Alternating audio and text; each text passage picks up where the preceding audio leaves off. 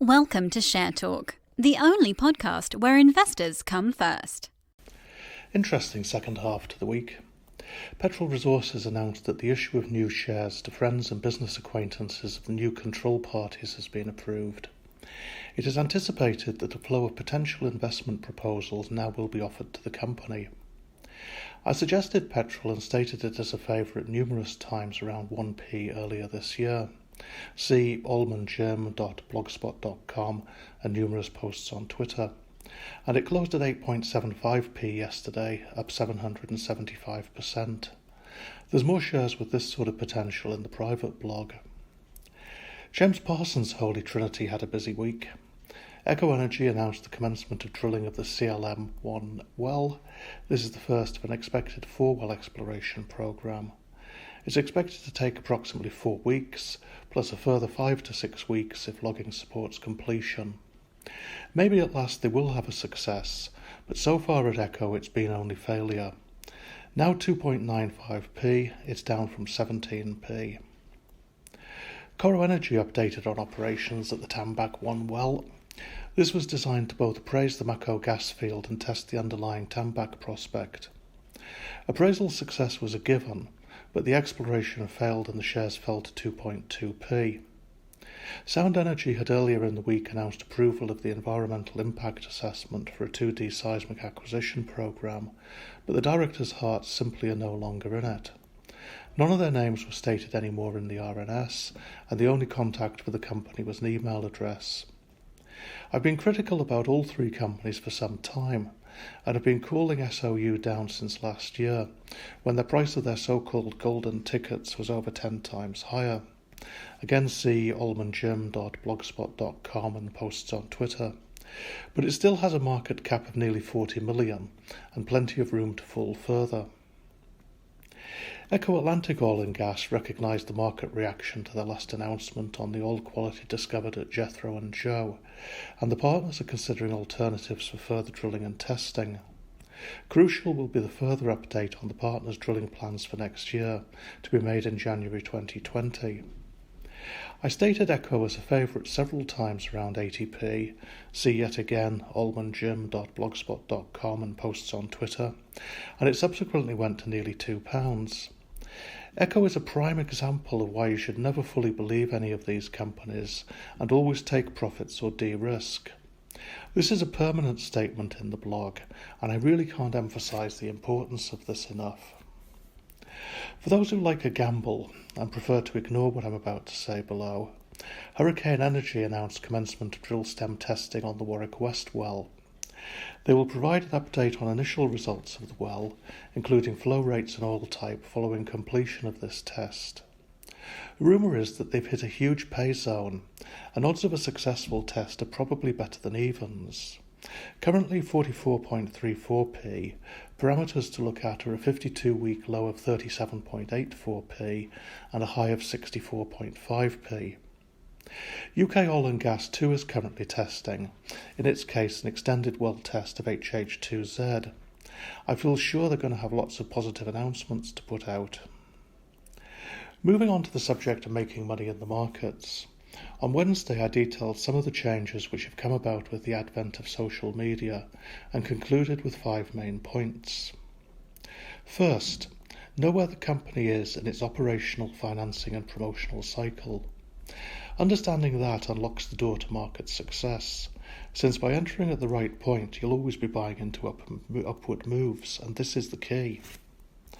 Second, only go for the certainties, even if that just means 10 or so trades a year. Profits are worth nothing if they're wiped out by losses. The losses have to be eliminated. One of the most important lessons is that it's not just about the shares you buy, but even more importantly, it's about the shares you don't buy. You need to control yourself and go only for the certainties, the small number of winners each year that are virtually guaranteed. Only buy when you're absolutely certain, and don't let it bother you if you miss a few. Third, conviction. You must have that so you don't get shaken out of the position. Fourth, position sizing. No position must be so large that it stops you sleeping at night and fear shakes you out. Choose a position size where even if it goes to 0, you won't be too badly hurt.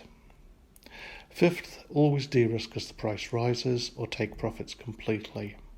End up holding the position for free and ride it if you want, but remember that ultimately these companies' business projects usually fail. Now, although it's enjoyable and interesting to participate, social media isn't going to help you much with any of the above. But since it's such a big source of information for people now, let's stay with the subject for the moment.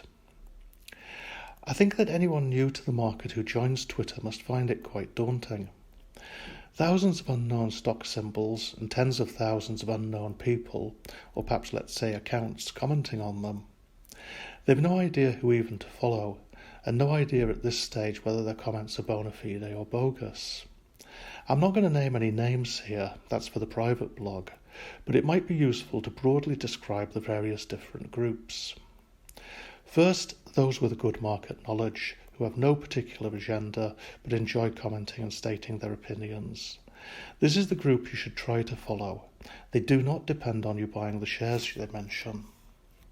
Second, those with a good market knowledge who do have an agenda, but this agenda is possibly only visible to the first group. These ones are very dangerous for your pocket. They will try to inveigle you into buying shares that result in direct financial reward for them, either by selling you their shares at a higher price than the price at which they bought them, or because they are being paid to promote the stock. Needless to say, these shares are rarely the best. Third, those with limited market knowledge but no agenda.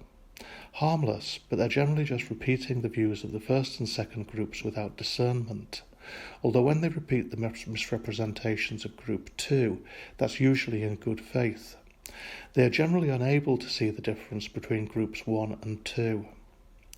Fourth, those with limited market knowledge but an agenda. Group 2 hanger-ons or subalterns, they're minor pumpers and promoters who become unpleasant when their line is challenged. They have no answers or proper responses since they have no actual knowledge, and generally they have to resort to ad hominem attacks. Fifth, those with no market knowledge who are seduced by the promises and misrepresentations of Groups 2 and 4. This is the largest group and feeds Groups 2 and 4. The most money is made by Groups 1 and 2, although Group 1 probably sleeps better at night. Group 3 hovers around break-even. Group 4 makes a little money but no huge rewards. Group 5 lose most of their cash quite quickly. If you do just want tips, then you need to make sure it's only the people in Group 1 you're following, and ignore completely the other 4 groups. The problem you've got is that all you're going to get is a throwaway line with none of the detailed reasoning, and without that you're not going to know why you hold the share other than because someone else does, and you're not going to have the essential conviction needed to hold and not be shaken out. I'll move on to the third part next week, when as usual there will be a midweek podcast and both a podcast and a blog at the weekend. If you're interested in knowing my actual trading ideas and want to read a more critical assessment of some of these and other companies, then subscribe to the private blog at oilnewslondon.com/oilman-jim. The link is also on my Twitter profile page. Thank you for listening. Remember to visit our website for more news and other podcasts at www.share-talk.com.